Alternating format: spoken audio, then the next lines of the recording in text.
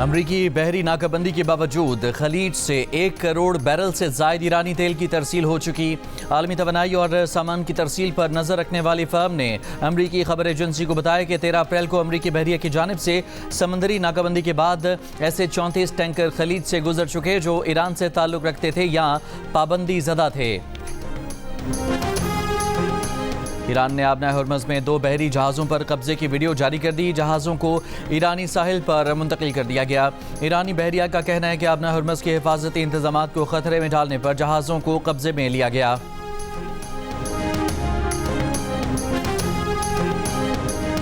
अमरीकी सदर ट्रंप ने ईरान के साथ जंगबंदी के लिए कोई डेडलाइन नहीं दी। वक्त का तयन वो खुद करेंगे। ट्रंप ईरान को मुतफ़िका तजावीज़ के लिए चंद दिन का वक्त दे रहे हैं।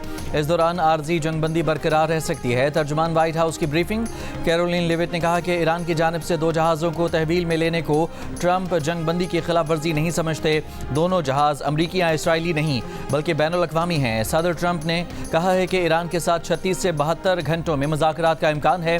दूसरे दौर में अच्छी खबर मुतवक्के है।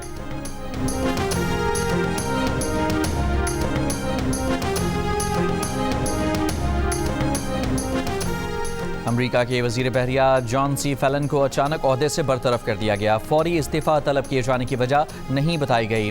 हंगकाओ कायम मुकाम सेक्रेटरी ऑफ नेवी मुकर्रर जॉन सी फैलन को 2024 में सदर ट्रंप ने वज़ीर नेवी नामज़द किया था। उस वक्त जॉन सी फैलन पर तनकीद की गई थी कि उन्हें बहरिया फ़ौज या कौमी सलामती पॉलिसी और डिफेंस इंडस्ट्री से मुताल्लिक़ तजुर्बा नहीं है।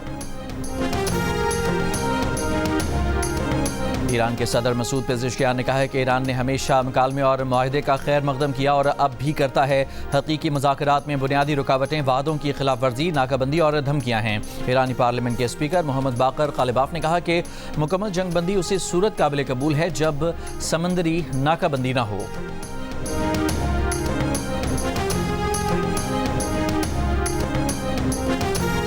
अमरीकी वज़ीर ख़ज़ाना स्कॉट बेसेंट ने कहा है कि ईरान जंग से मुतासरा अमरीका के कई खलीजी इत्तेहादियों ने करेंसी स्वाइप की सहूलत हासिल करने की दरख्वास्त की है, जिसमें मुत्तहदा अरब अमारात भी शामिल है। सेनेट की समाअत के दौरान स्कॉट बेसेंट ने कहा कि करेंसी स्वाइप का मकसद अमरीका में इत्तेहादी ममालिक के असासों के अचानक और बेहंगम फ़रोख्त को रोकना भी होता है।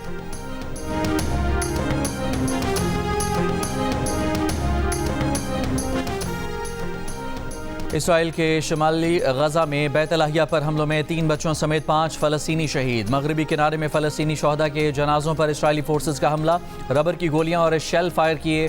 गुज़श्ता रोज़ स्कूल पर इसराइली काबज़ीन के हमलों में 14 साल के लड़के समेत 2 फ़लस्तीनी शहीद हुए। जनूबी लबनान पर हमले करके इसराइल ने एक और खातून सहाफ़ी को कत्ल कर दिया।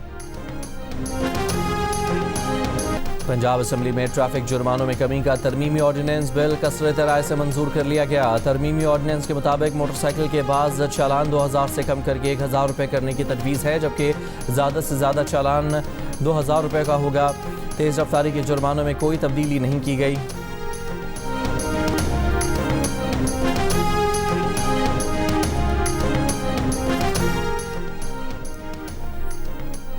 कराची के इलाके गुलिस्तान जौहर ब्लॉक 16 में बंगले में डकैती।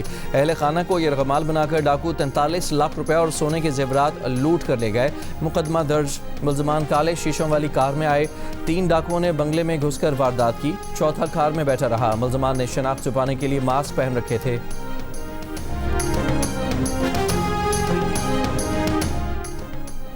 बलूचिस्तान किला सैफुल्ला में 10 करोड़ का सोना लूटने में मुलव्विस गिरोह का सरगना गिरफ्तार।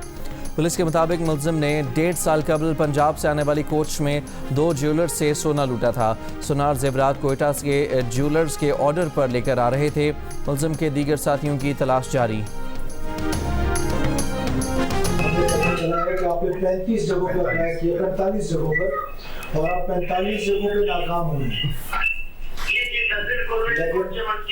लेकिन 46वां कॉल आपको आ रही है, आपकी नौकरी पक्की होगी, आपको मुबारक हो, मैं खुद आपको नौकरी दे रहा हूँ।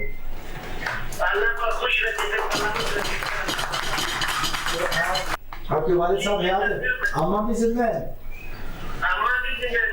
दोनों को जाके मुबारकबाद नहीं मेरी तरफ से और उनको दुआओं की दरखास्त भी कर रहे थे। बलूचिस्तान के मुख्तलिफ सरकारी महकमों में मुलाजमत के लिए 45 बार दरख्वास्त देने वाले नौजवान को मुलाजमत मिल गई। वज़ीर आला बलूचिस्तान का नौजवान को बराह रास्त फ़ोन कॉल के जरिए सरकारी मुलाजमत देने का ऐलान। महकमा मनसूबाबंदी और तरक्यात के डिजिटल डैशबोर्ड में मोहम्मद अयाज का डाटा सामने आया था।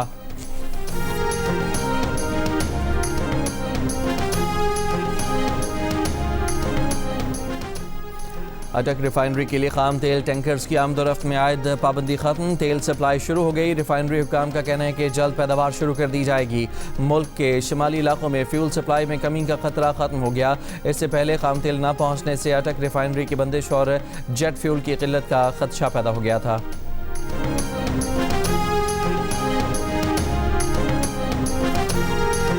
जैसे पहले काम था वैसे नहीं है, क्योंकि इस वक्त किराए भी नहीं निकल रहे।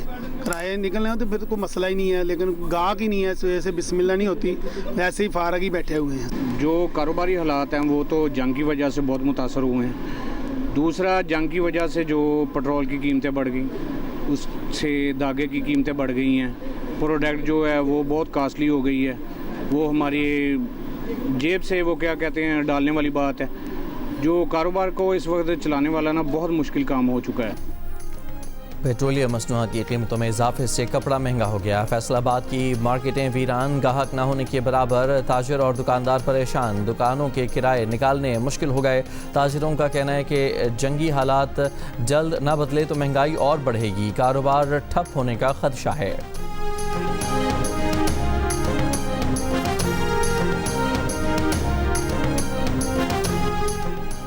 आलमी मंडी में खाम तेल की कीमतों में उतार चढ़ाव। ब्रेंट 102, WTI $93 और मर्बन $103 फी बैरल में फरोख्त हो रहे हैं। अमरीकी जौहरी साइंसदान एंड्रयू हग की अवामी मकाम पर खुफिया उमूर पर की गई हसास गुफ्तगू की मुबैना वीडियो मंजर-ए-आम पर आ गई। वीडियो में एंड्रयू ने अमरीका के मुस्तकबिल की प्लानिंग, जौहरी निज़ाम और कीमियाई हथियारों समेत इंतहाई हसास उमूर पर गुफ्तगू की। खुफिया तौर पर बनाई गई वीडियो में एंड्रयू हग ने ईरान के नए सुप्रीम लीडर को कत्ल करने के मंसूबे का जिक्र करते हुए कहा कि अगर मुश्तबा खामनाई नहीं बदलते तो हाँ, उन्हें मार दिया जाएगा। एक सवाल के जवाब में एंड्रयू कहते हैं कि अमरीका का ईरान में जौहरी हथियार इस्तेमाल करने का इरादा नहीं। एंड्रयू हग ने ईरान में अमरीकी हमलों में बच्चों की हलाकतों का भी तस्दीक की। मीडिया रिपोर्ट्स के मुताबिक इस वीडियो के सामने आने के बाद एंड्रयू हग को ओहदे से हटा दिया गया। इस सारे मामले पर अब तक पेंटागन और अमरीकी महकमा जंग का कोई रद्द-ए-अमल नहीं आया।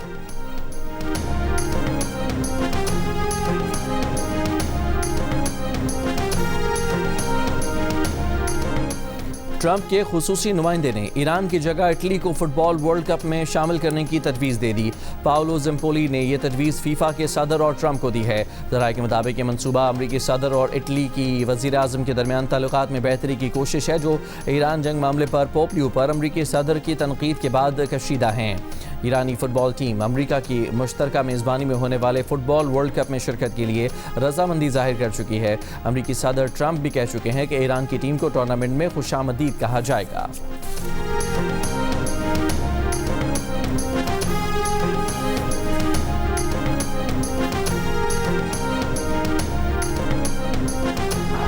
इस्लामाबाद रेड जोन में वाक़ तमाम वजारतें, डिवीजन्स और दीगर वफाकी इदारे आज भी वर्क फ्राम होम करेंगे।